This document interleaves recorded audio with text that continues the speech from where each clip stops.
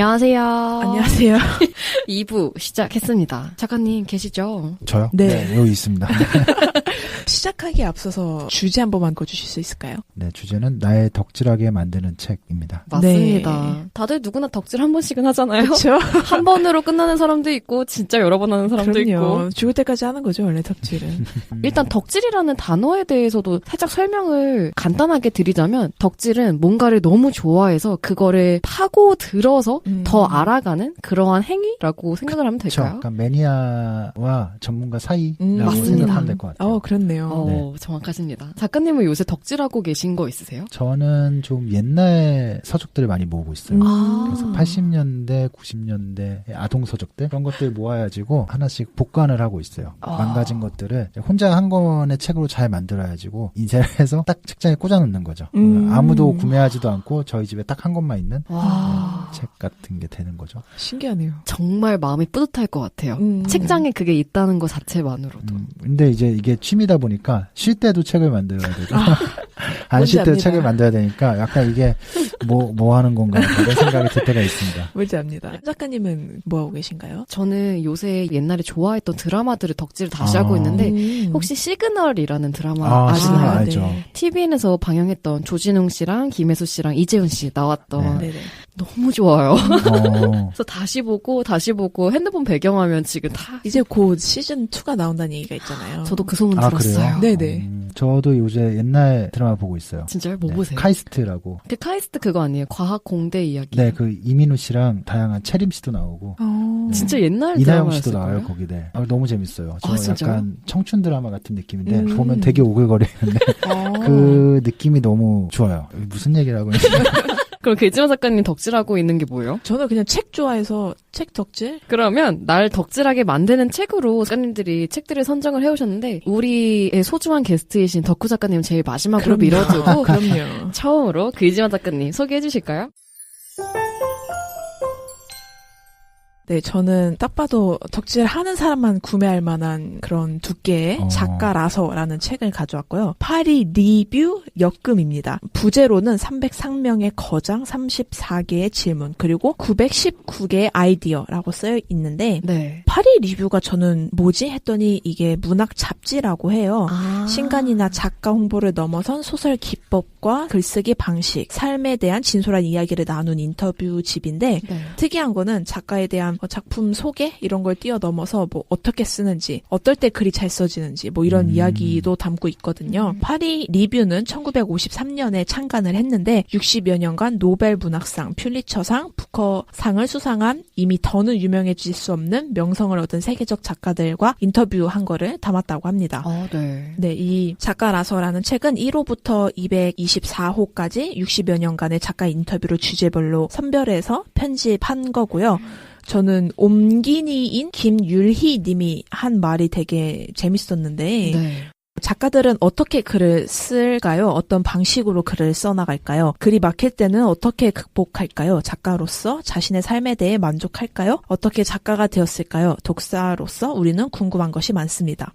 이거에 대한 모든 해답이 들어있다고 보시면 될 것 같아요. 저는 이 책을 산 거는 가격도 어마어마했어요. 26,500원인데 그냥 작가는 무엇인가 이 정도가 아니라 왜 글을 쓰십니까? 책을 즐겨 읽으셨나요? 최고의 독자는 누구입니까? 원고를 고쳐 쓰시나요? 이게 1부이고요. 좋은 대화를 쓰는 비결은 무엇입니까? 이런 거부터 맨 마지막에는 경제적 안정이 장점이라고 생각하시나요? 초보 작가들에게 해주고 싶은 말은 있습니까? 이런 얘기가 있어요. 네. 그러니까 작가가 힘들 때나 아니면 작가를 꿈꾸는 사람 모두에게 되게 좋은 책이라는 생각이 들더라고요. 네. 근데 작가들도 평소에는 자기가 왜 책을 쓰는지 이러한 것들을 잘 잊어버릴 수가 있는데 그런 질문들 받고 생각을 좀 많이 해봤을 것 같아요. 작가들 자체들도. 그래서 저는 작가가 책을 많이 읽어야 된다는 그런 강박관념을 갖고 있는 편인데 여기 보면 책을 한 권도 안 읽어봤다는 사람도 있고요. 심지어 책 읽는 게 싫고 난 쓰는 게 좋아서 씁니다. 이렇게 대답한 분도 계시더라고요. 그래서 그럴 수 있지.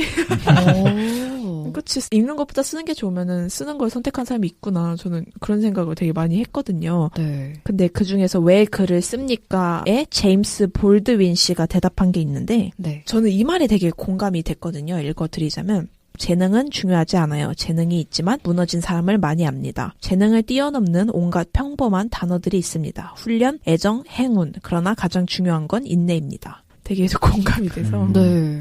꾸준히 하는 게 확실히 중요한 것 같긴 하거든요. 네. 맞아요. 저는 근데 이 책이 내용을 보니까 되게 수술 익히네요. 그쵸. 몇 페이지 봤는데 그리고 보시니까 줄까지 쳐가시면서 약간 네. 공부하는 책 읽은 게 굉장히 인상적이었고 제가 보니까 약간 예사롭지 않습니다. 네. 역시 그래서 작가 얘기하는 게 전 재밌는 것 같아요. 저는 힘내라는 말이 될 수 있는지 모르겠는데 마지막으로 경제적 안정이 장점이라고 생각하십니까? 라는 질문에 대한 어떤 분의 대답이 있어요. 네. 힘이 될지 모르겠네요. 저번에 8살짜리 아들이 말하더군요. 아빠, 재미삼아 글을 쓰는 건 어때요? 아이조차 제가 글을 쓰는 동안 걸핏하면 짜증내고 좌절한다는 사실을 꿰뚫어 본 겁니다. 글을 쓰며 느껴지는 불안은 견디기 어렵습니다. 경제적 이익으로 보상되지 않습니다. 만약 돈이 충분하다면 내일이라도 당장 글쓰기를 그만둘 겁니다. 이 말이 왠지 모르게 감동이 되더라고요. 그러니까 그걸 알았으면 좋겠어요. 저희가 하는 일이 정말 돈이 안 되는 일일지 모르겠지만 결국 이 고통을 다 알아도 또 하고 있잖아요. 또 하고 싶어서. 근데 저는 약간 경제적인 것이 따라와야 된다고 생각하거든요. 그쵸. 이게 오지 않으면 결국에 그만두더라고요. 맞아요. 그래서 자기가 좋아하는 것과 다른 사람이 좋아하는 것을 저울질하는 게 되게 중요하다고 생각을 해요. 돈이 없어도 안 되고 너무 많아도 안 되지만은 그래도 저는 택하라고 하면은 그 돈이 벌리는 쪽을 택하고 싶을 것 같아요. 안 되는데 이걸 계속하는 그 좌절감은 좀 힘들어요. 맞아요. 네, 옆에서 돈이 안 되는데 해봐, 계속 해봐. 이게 사실은 희망 고문이거든요. 네, 물론 이제 돈이 생기게 되고 경제적으로 뭔가 안정이 되면은 확실히 헝그리함은 좀 떨어지는 것 같아요. 예전에는 네, 뭘 만들든 뭐 사면 그만 안 사도 그만이고 뭐 아예 안 된 마라 약간 이런 마음이었다면은 지금은 만들 때 약간 그런 마음이 들어가기 쉽지가 않죠. 어쨌든 반응과 뭔가 이걸 만들었을 때 피드백을 생각을 하고 만들 수밖에 없긴 하거든요. 네네. 그렇게 되면 확실히 창작의 범위가 좁아진다거나 아니면 네. 방향이 틀어질 수 있지만은 그래도 저는 경제적인 것이 충족되는 상황과 충족되지 않는 상황의 차이가 있다고 생각이 들어요. 맞아요. 양보하고 싶지 않은 분야도 좀 양보하면 그게 롱런하는데 도움이 된다면 그 정도는 양보해도 되는 것 같아요. 근데 또 반대로 이게 대중성이 없다고 생각되는데 꾸준히 하다 보니까 그게 대중성이 되어버리는 타이밍이 오는 시기가 있는 것 같아요. 저 같은 경우도 사실 그런 케이스긴 하거든요. 그러니까 처음에 제작했을 때 이 왜 만들어? 이런 걸 누가 사? 약간 타는 쓰레기다 뭐 이런 얘기 막 하고 나무가 불쌍하다 이런 얘기를 지인들이 막 하고 주변 사람도 하고 네, 뭐 약간 안 팔리기도 하고 이랬었는데 타이밍이 지나니까 어느 시점에 이 책이 힙한 부분이 오는 거죠. 근데 그 콘텐츠가 어쨌든 유행이란 건 계속 돌고 맞아요. 내 콘텐츠가 반드시 타이밍적으로 맞는 시점이 있거든요. 그러니까 계속해야 돼요. 계속해야지 그 지점에서 약간 나는 그래도 이거 안 팔려도 계속했어. 그리고 이 사람은 그 타이밍이 왔을 때 인정받아도 돼 라고 하는 시점이 오는 것 같아요. 그 타이밍을 저희는 모르니까 정말 꾸준히 하는 게 제일 100년 중요한 것 후에 같아요. 올 수도 있는 거죠. 100년 후에 아니요, 저는 생전에 돈 벌고 싶습니다. 그 좋은 책 추천 감사드립니다. 저는 제가 덕질했던 책으로 조신영님과 박현찬님이 공동으로 집필하신 경청, 마음을 얻는 지혜라는 책을 갖고 왔습니다. 네, 이 책 서점에서 봤던 것 같기도 해요. 아, 진짜요? 꽤나 오래된 책이라. 네, 맞습니다. 그렇군요. 2007년에 나온 책이거든요. 네네. 이 책은 어렸을 적에 어머니가 선물해주신 책이었는데 저학년에서 고학년으로 올라가던 시점에 받은 책이었어요. 그래서 그때까지만 해도 만화로 설명되어 있는 그림이 많은 책들 아니면 짧은 글들 위주의 책들을 저희가 어렸을 때 많이 읽잖아요. 네네. 근데 이제 고학년이 되고 이제 글자가 많은 책을 읽어볼까라고 생각하던 찰나에 이 책을 보게 되었습니다. 그림이 하나도 없는 책은 처음이었는데 다 읽고 나서 엄마한테 그림이 없으니까 상상을 많이 할 수 있어서 좋다라고 얘기했던 기억이 나긴 해요.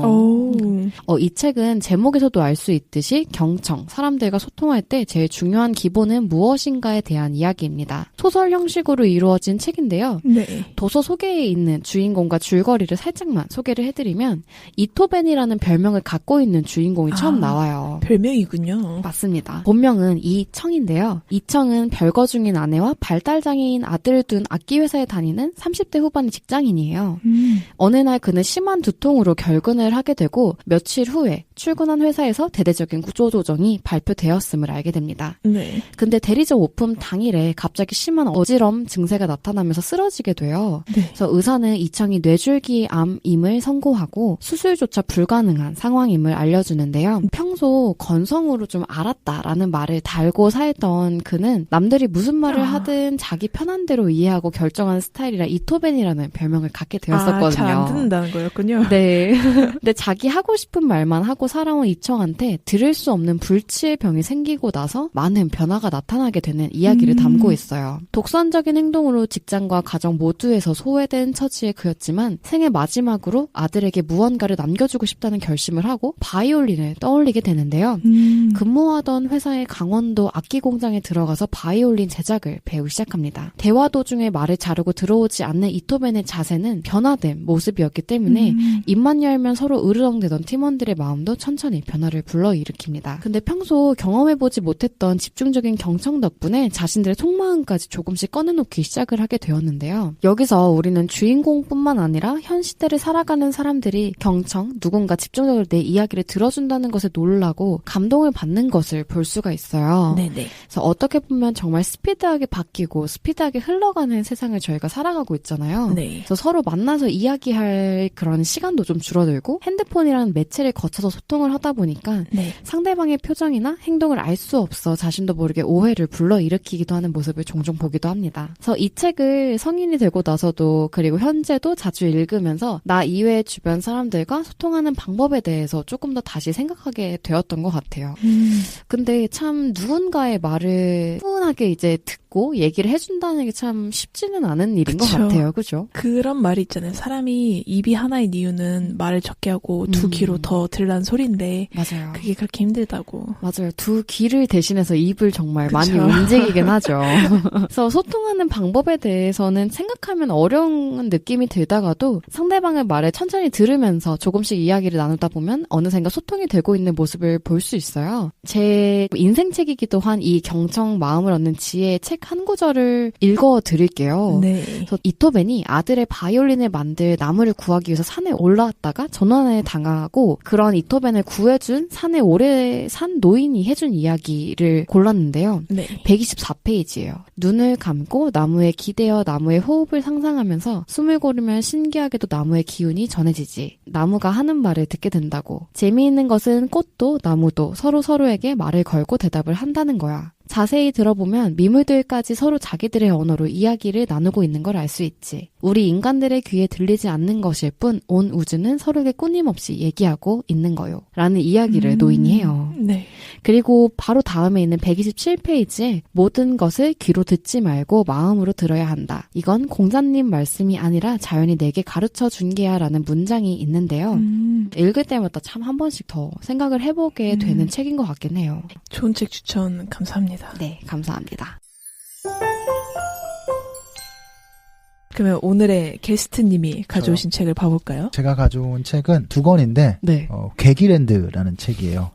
금화 출판사에서 나온 책이고요. 네. 오싹오싹 흥미진진이라고 써있고 세계 괴기백과라고 써있습니다. 그 괴기가 고기를 말하는 괴기는 아니고 괴물. 아니, 네. 괴물의 기운을 얘기하는 괴기 같아요. 예전에 이제 이런 책들이 많이 있었거든요. 근데 보면은 제 이상 뭐 사후의 세계, 인정의 세계부터 시작해서 되게 다양한 뭐 회오리 마인, 에킴, 꿈의 요괴 뭐 이런 식으로 각각 이제 세계의 요괴들을 좀 모아놓은 책인 것 같아요. 근데 제가 어떻게 보면 괴물 책을 만들고 네. 뭔가 한국 괴물을 좀 정리해야겠다라고 생각이 들게끔 만든 책이지 않을까. 어린 때부터 좀 이런 괴물 시리즈를 좋아했고요. 네. 이런 괴물 시리즈들이 그때 당시에 약간 아이들에게는 환상을 좀 줬던 것 같아요. 맞아요. 저도 막 이걸 보면서 실제 이런 것들이 막 있지 않을까 약간 생각도 했고 그래서 제가 어떻게 보면 후문고를 만들게 된 초석에 있는 책 뭐 이런 게 아닌가. 근데 아이들이 보기에 굉장히 엄청난 일러스트들이 그렇죠. 들어가 있는데 굉장히 자극적입니다. 그러니까요. 네. 이 책이 출간된 게 얼마나 됐을까요? 아마 이게 80년대쯤에 이런 책들이 많이 나왔거든요. 그래서 검열이 없던 때죠. 저작권도 없던 때고 보면은 어디 이렇게 일본에 있는 책들을 무단 번역해서 넣은 부분들도 있고요. 네. 일러스트 같은 경우도 막 어디 아무데나 따서 써야지고 막 모르는 사람 사진이 들어가 있기도 한데 그때는 이제 저작권이라는 개념이 희미했었으니까. 네, 그래서인지 표지 자체도 딱 봤을 때, 이거 80년대 중고 서점에서 볼만한 네네. 표지, 막 이러고, 내지 같은 경우도 굉장히 특이해요. 약간 옛날 뭐라 그러죠? 두꺼운 고딕 글씨체 막 이렇게 빠방 네네. 이렇게 들어가 있고. 개인적으로 이런 레이아웃을 좀 좋아해서 책을 만들 때 좀 옛날 레이아웃들이 많이 나오게 하려고 하는 편이에요. 너무 재밌는데요? 진짜 그래요? 괴기랜드예요. 혹시 그 중에 가장 인상적이었던 파트 있을까요? 주로 뭐가 그림을 있을까? 보시는 분이군요. 네, 그냥 책의 느낌이 좋아서 책을 구매를 해서 뭐 하나 꼽자면 뭐 지옥의 호랑이? 네, 지옥의 밀림 속에 산다는 머리가 새딸린 호랑이는 울부짖으면은 지옥 전체가 쩌렁쩌렁 울린다. 그 울음이 어찌나 요란스러운지 귀를 막지 않으면 고막이 터질 지경이다. 심지어 이 괴물 호랑이는 사람 냄새를 놓치지 않는다고 하네요. 뭐 아무리 먼 곳에서라도 번개처럼 달려와서 물고 간다. 이 지옥의 호랑이는 지옥의 재앙 플루토의 명령으로 지옥 구석구석을 경비한다. 이거는 호랑이가 아니라 캐롤베르 쓴 켈베로스네요. 것 같은데요? 이런 식의 약간 어설픔 너무 좋아요. 네. 말도 안 되는 켈베로스를 개잖아요. 네. 호랑이라고 써있네. 다 무서운 얘기밖에 없네요. 그러니까 어디서 좀 많이 들어본 것 같기도 하고 한 번쯤은 스쳐 지나간. 보면은 뭐 이 옛날 표기라서 프랑켄슈타인이라고 돼 있지 않고 후랑켄슈타인이라고 네, 소세지 느낌이 나게끔 이렇게 적혀 있는 것도 좀 인상적이네요. 보면은 앞쪽은 보니까 일본 해적판 좀 따와야지고 무단 번역한 것 같고요. 뒤쪽에는 우리나라 사람이 쓰신 것 같아요. 네, 택시에 탄 유령. 불명히 태운 여자 손님은 보이지 않고 서늘한 한기가. 이거 소설이 어디까지 가십니까? W 마을 미쳐요. 막 약간 이렇게 써 있는. 그리고 또 하나 가져온 책이 새소년이라는 출판사에서 나온 게임북이에요. 네. 슈퍼 게임북이라고 해서 이렇게 이런 페이지를 왔다 갔다 하는 게임북의 형태인데 요새는 이런 책들이 많이 없죠. 그쵸. 많이 없거나 아니면 이제 해외에는 많으니까 번역해서 내신 분들이 있는데 저희 어렸을 때 90년대만 해도 페이지를 왔다 갔다 하면서 너무 신기한데요? 약간 막 총에 맞았다. 37페이지로 맞아. 가라. 약간 이런 느낌인가요? 총에 맞았다. 총알을 빼낼 것인가 아니면 뭐 참고 갈 것인가. 약간 노래 그거 나와야 되지 않나요? 빠밤 빰빰 빠밤. 약간 점수도 막 마이너스 3점 이렇게 체크도 하고 막 이러는 그렇네요. 네, 상황 설정을 주고서 그 상황에 따라서 분기점이 생기고 그 분기점을 따라가면 엔딩이 여러 개가 나오는 중간에 게임 오버가 되기도 하고 약간 프린세스 메이커 같은 그런 느낌. 이제 완전히 만화로만 되어 있는 책이라서 옛날 무한도전의 그 예스 월노 같기도 하고. 약간 그런 느낌인 그죠? 거예요. 네. 근데 이게 약간 이런 게임부의 특징은 이렇게 하면 잘 될 것 같은데라고 생각하는 포멀한 질문을 선택하면은 반전적인 내용이 나오죠. 이를테면 엄마 말을 잘 들으면 될 것 같지만 갔더니 게임 오버. 이것도 제가 지금 만드는 게임북? 네, 약간 똑같은 형태는 아니지만은 게임북을 만들어야겠다? 라고 생각이 들게끔 만든 책이라서 저는 좀 의미가 있는 것 같아요. 네. 덕후문고에 거의 약간 창시되는 지금 책들을 가지고 와주셔서 네. 너무 신기하네요. 그렇네요. 그냥 뭐 어렸을 때 보던 것들인데 저는 주로 이제 책을 만들 때 어렸을 적의 기억이나 어렸을 때 있었던 오브제들을 통해서 많이 만들게 되는 것 같아요. 나중엔 기회가 되면 저도 중고나라에서 벽돌 대신 그 책을 구할 수 있도록 노력해 보겠습니다. 벌써 저희가 2주 동안 덕후 작가님이랑 함께 했는데 네. 작가님 혹시 2부 동안 같이 함께 하시면서 어떠셨어요? 소감 네. 부탁드립니다. 2주가 2시간 같았고요. 좀 재밌었던 것 같아요. 네, 제가 뭔가 제 책 이야기, 이렇게 오손도손 재밌게 얘기하는 것들이 좀 인상적이었던 것 같아요. 나와주셔서 진짜 감사하고. 너무 재밌었어요. 네네. 2시간 같았던 네. 2주 동안 정말 감사드리고 작가님 향후 계획을 잠깐 들어보면서 같이 인사까지 드릴까요? 네. 4권의 책을 만들 생각이고요. 독립출판뿐만 아니라 기성출판하고도 좀 작업을 해보고 싶은 마음도 있고 좀 더 안 팔릴 것 같은 책들을 많이 만들 것 같아요. 그래서 아마 호불호가 많이 갈릴 듯 싶고 또 구매하시는 분들은 또 뭐 이런 걸 만들었어라고 하겠지만은 그래도 쓸모없어서 사야지라고 하는 마음도 있을 것 같고 네. 그래서 올해에도 네. 열심히 책을 만들면서 한 해를 보내지 않을까 생각을 해봅니다. 정말 열심히 응원하도록 하겠습니다. 감사합니다. 네. 1, 2부 동안 같이 해주셔서 너무 감사드리고 저희는 다음 주에 새로운 개인 방송으로 돌아오도록 하겠습니다. 네. 감사합니다.